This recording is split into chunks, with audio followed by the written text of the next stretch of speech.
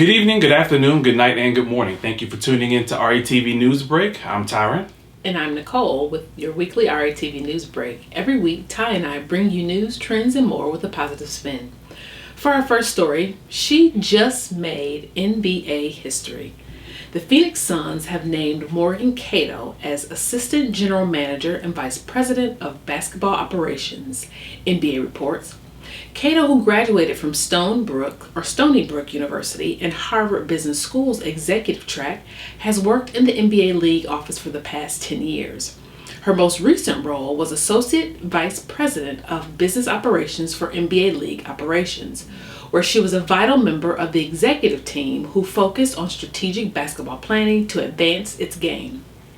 These included, but were not limited to, developing coaches and officials, the launch of the African Basketball League, advocating for women and people of color in basketball operations, and actively working with NBA teams on overall operational and engagement. Her prior experience was focused on professional talent development in the consulting, investment banking, and nonprofit industries.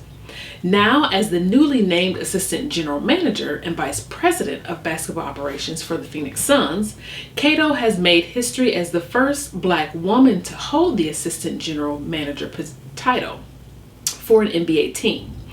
We're excited to welcome Morgan to the Valley and to the Suns organization, General Manager James Jones said in a statement.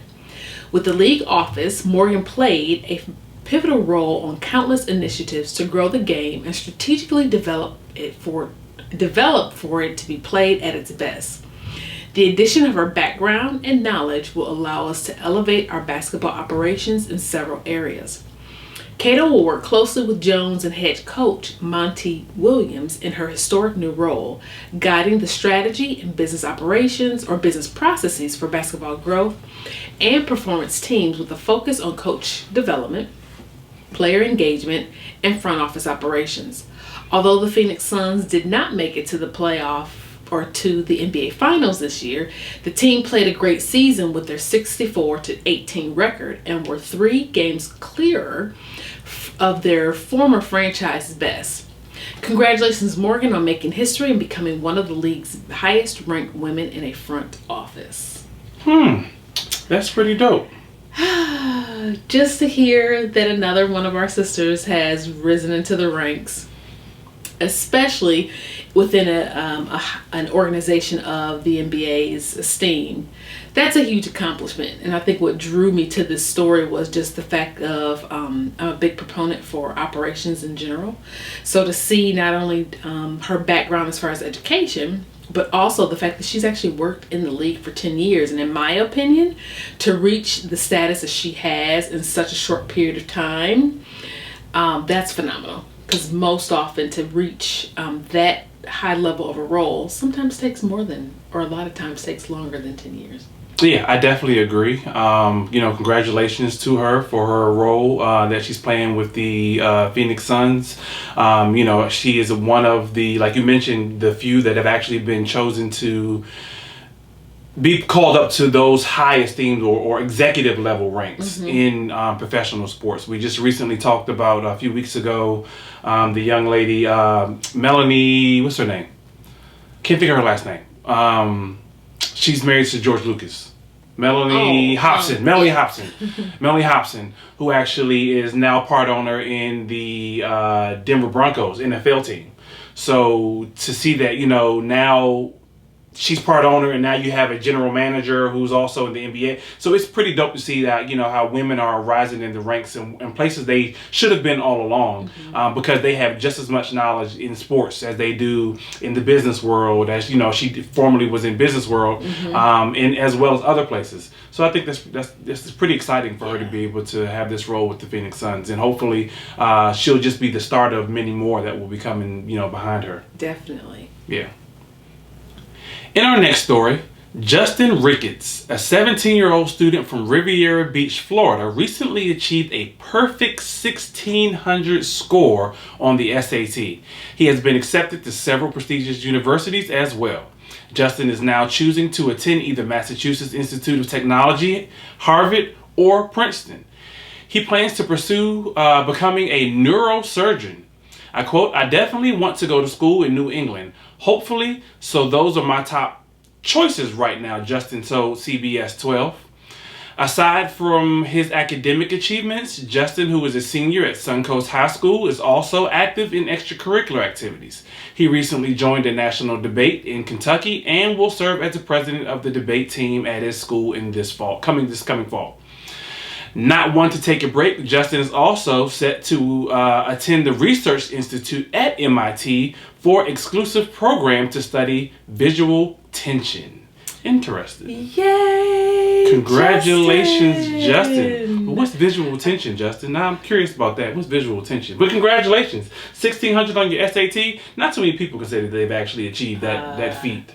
No, not at all. That was not easy, especially given that SAT is one of the harder or more challenging exams, versus the ACT. So kudos to him. And I also saw that Harvard is also one of his potential schools. Yeah, he mentioned Harvard, MIT, and Princeton were his three that he wants to go somewhere up in the New England area, which good for him. Curiosity, like why the New England area? I mean, everybody to each his own. I know at one point in time, our daughter, she wanted to go somewhere where it was cold so she could snowboard, and then she wanted to go to Hawaii, and now who knows where she wants to go. But so, to each his own as to where they choose their school, but you don't hear too many people who actually say, I think I want to go up into the New England area where it's cold.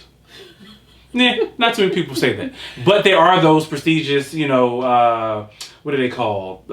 Prestigious Ivy League schools that are up there. So I'm assuming, that is the reason, since those are the three that he actually chose: MIT, Harvard, and Princeton. Yeah. And I would assume that, all three of those schools, and probably others as well, and, specifically hopefully some HBCUs, are reaching out to him and offering, full rides for his great accomplishment, because he definitely deserves it. And the fact that he'll actually get an opportunity to go to MIT to do some research, for their research institute this summer, just to be able to get, that hands-on experience and so forth. I'm pretty sure, like you mentioned, there are a lot of schools, and I'm praying that, like you mentioned, there are a ton of HBCUs also after this young man, because we need those young, intelligent minds. Not that there aren't already young, intelligent minds at our HBCUs, but we need more young, intelligent minds at our HBCUs to say that, we of people of color can do great things just like anybody else. So shout out to this young man for achieving his 1,600 on his SAT. Again, I know a lot of schools aren't even taking the SAT anymore, but the fact that he took it and got the 1,600 is very impressive. So he should definitely submit it. Yes, that is for sure. Yeah. The producers of Ellen are behind it. Jennifer Hudson is set to launch a new talk show this fall, Variety reports. Fresh off of her historic EGOT status, Jennifer Hudson has announced a new venture. The multi-hyphenate creative is set to get her own talk show titled The Jennifer Hudson Show. Already cleared in more than 95% of the country, the show is slated for national syndication this fall, and Hudson has Warner Brothers behind her and the production team responsible for the Ellen DeGeneres Show. Hudson's show will also be filmed on the former Ellen studio lot.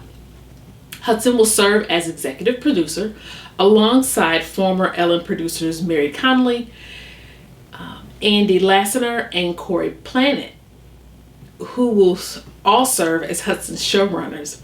Both Connolly and Lassiter have inked deals with Warner Brothers Unscripted Television to create and produce various series for the studio. Additional executive producers include Lisa Kasteler, Graham Morphy, and these names. Walter Williams III. Who named you? And co-executive producer Shawnee Black. I've worked with Mary, Andy, and Corey across multiple shows for the past 9 years, and I'm thrilled that we're able to keep them in the family because they are truly the best in the business. With Jennifer's incredible talents and the addition of Lisa, Graham, Walter, and Shawnee to be the producing team, I know this show is going to be fantastic, and I'm excited for what's to come, said Mike Darnell, president of Warner Brothers Unscripted Television. Darnell said he first met Hudson back when she was a contestant on American Idol. Remember that? Mm-hmm. The executive said he knew Hudson would be a great talk show host, and it was cemented during the pilot. I knew who she was, and she's still a Chicago native who is down to earth, authentic, easygoing, and funny as hell. I knew we could translate that into a talk show. We did the pilot, and we've got to tell you, she was great. I had not experienced that since I've been here. The Jennifer Hudson Show is set to air September 12th on Fox TV.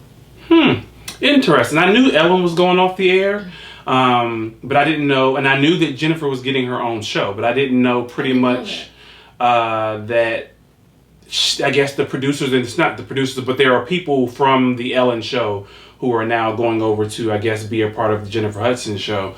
You're right. It's the former Ellen producers. Oh, well, okay. Well, the producers, the people, the producers, so forth, are going actually to go be a part of her show. So, in my opinion, that actually, because Ellen actually had a decent show, in my opinion. She actually kept it relevant. She kept it young. She kept, things like that. So, if they take that same concept and that same idea, or that same energy, not necessarily the ideas, but the same energy, and actually take it over to Jennifer's show, I actually look forward to seeing it, because not everybody can be a talk show host. No. And I do. I'm just thinking of Jennifer as a talk show host, and I think I can see her as a talk show host. You can? Yeah, I think I had to think about it for a second. Okay. Think about her in acting, think about her in singing career. Can she be a talk show host? Yeah, I guess she could be. I've seen worse. So what are the awards that talk show hosts can potentially earn, especially considering she's already EGOT status? So she has all the major four. I was about to say she has Emmy, Grammy, Oscar, and Tony. Exactly. So she I guess has it. Talk show hosts get Emmys. They get daytime Emmys and so forth. Yeah. So she, I guess, would be in that running for those. Along with the other talk show hosts that are coming. I know Sherry Shepherd, as we mentioned a few weeks ago, is taking over the Wendy Williams spot.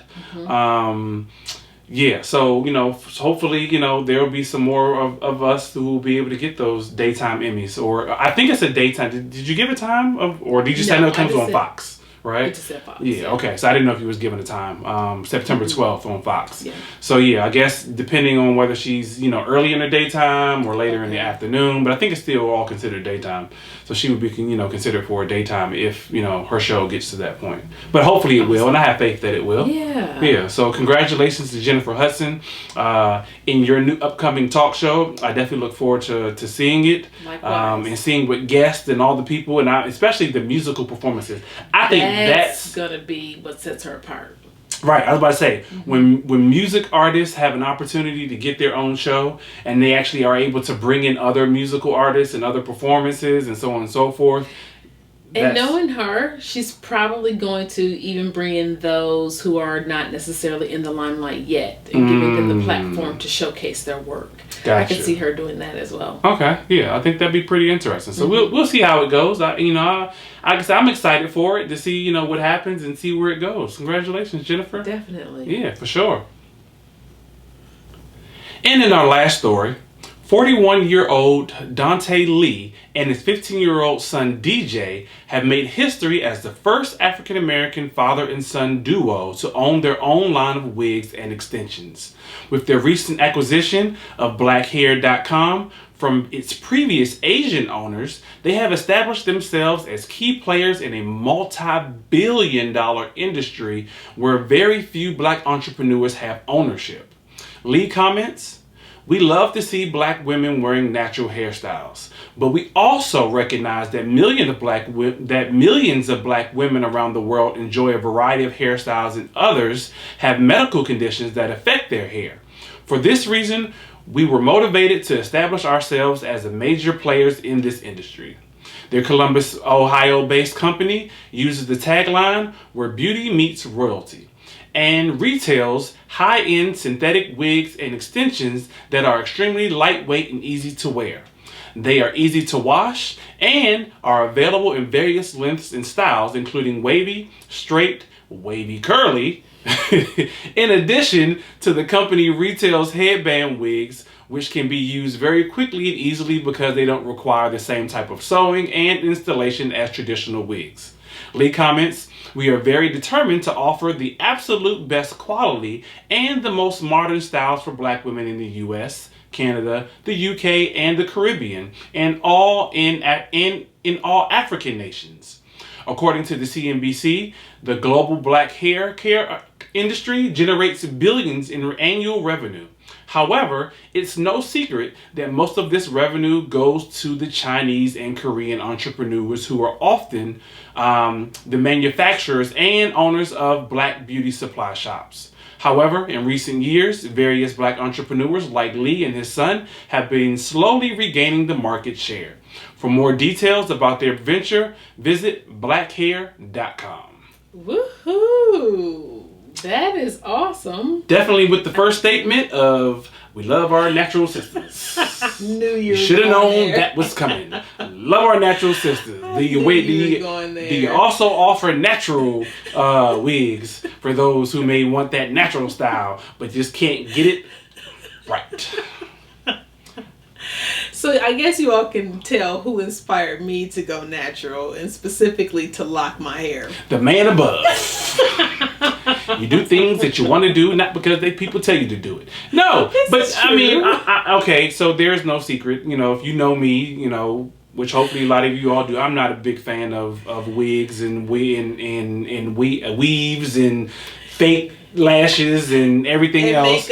Makeup and all that. But I do support this father and son duo though. I mean, because like you said, it is a multi-billion-dollar industry, and for as many African Americans to go beauty supply shopping as often as they do. You know, we have family members who wear weaves and wigs and so forth for one reason or another, whether it's medical or whether it's just for fashion. It would be nice to be able to give back or support, our own community in that fashion. Certainly so. And I actually have an idea. I'm going to do some research on this. Why you say like that? Go ahead, I'm listening. You have an idea. You got to do some research on this idea. He never likes my ideas. No, I just don't like the idea of these natural, these wigs and these. No, my idea is we know there's a huge community of those who lock their hair like us, right?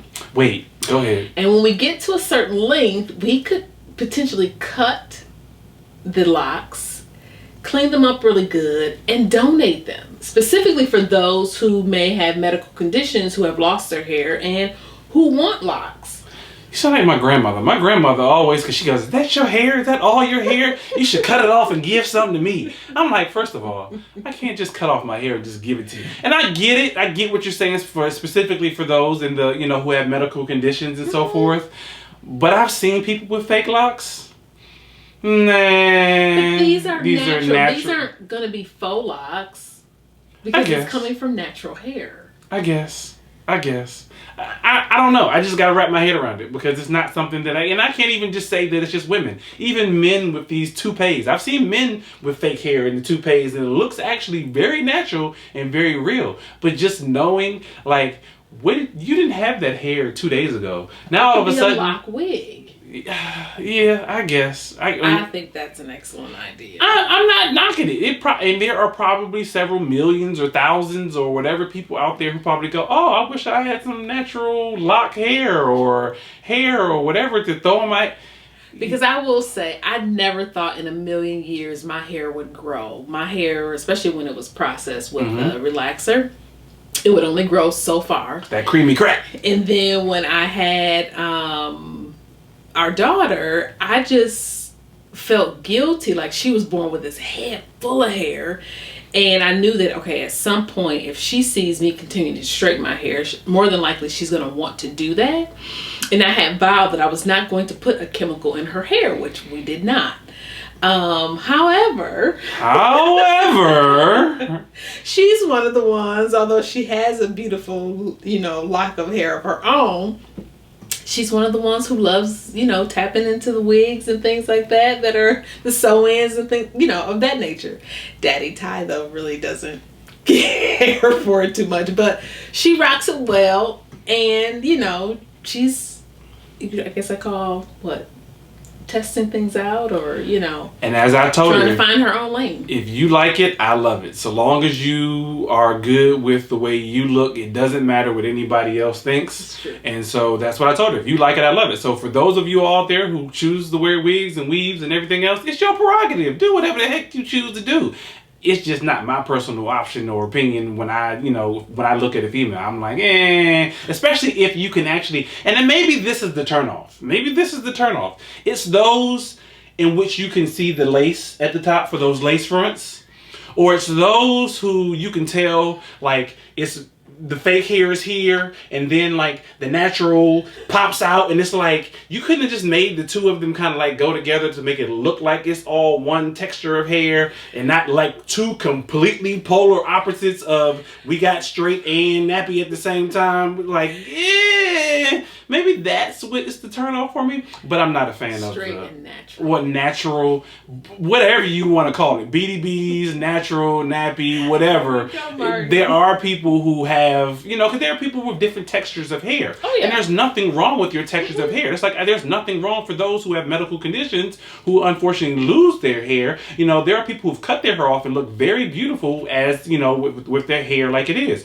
And as you know, as being a female, and I, you know a heck of a lot more than I do when it comes to hair, you can straighten your hair without putting all that other creamy crack stuff actually in your hair. True. So, yeah. But with, precautionary measures, you can't continually straighten it because then it can cause damage. Just like anything else. Exactly. Less is more, in my opinion. Exactly. But to each his own. Like I said, if you like it, I love it. Knock yourselves out. My whole thing is, I like the fact that these guys are actually doing something or actually getting their foot in this particular industry, because the industry is so large and there are not that many of us in this particular industry. I know recently, fortunately, there have been more people to own hair salons and beauty supply stores. Mm-hmm. So to actually go even further and to be able to get into the manufacturing of the, of the hair and all of that good stuff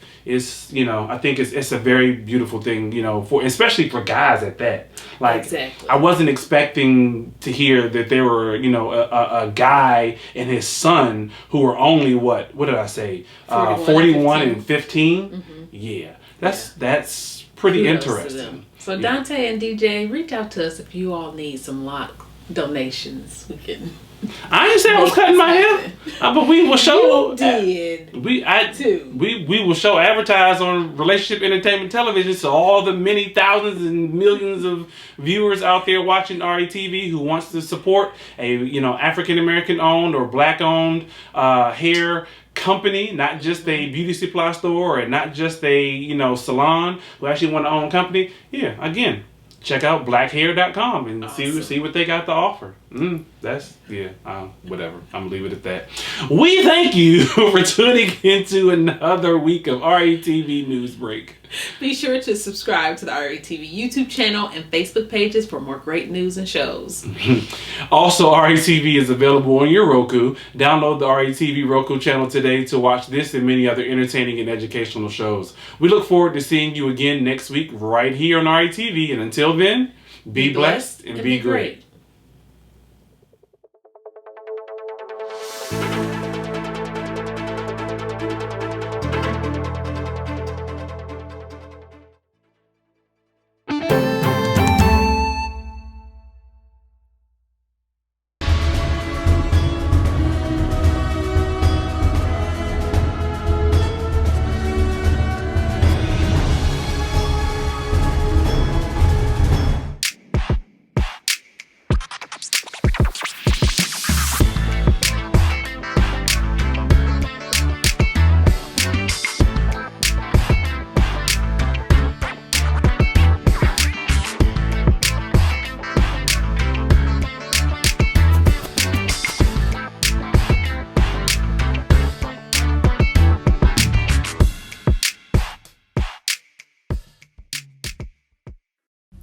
Hey, it's your girl Tia Robertson. I'm the host of Entrepreneur Insider.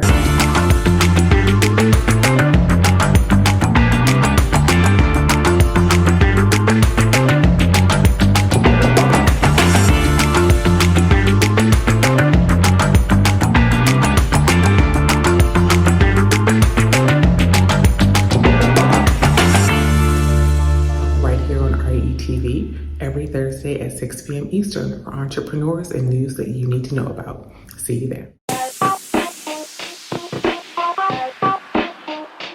Welcome to What's Going On? My name is Demita Joe. Each Wednesday, you can find me here at 3 p.m. I'll be over here discussing different things that are going on and try to bring you a boost of positivity for your week because we all need this. We're going to share some feel-good stories. We might find a hometown hero. We may take a look at some trending topic. And sometimes we might even find a lesson in a not-so-warm and fuzzy story if we can. I'm Demita Joe, and I'll see you guys on the next episode right here on What's Going On?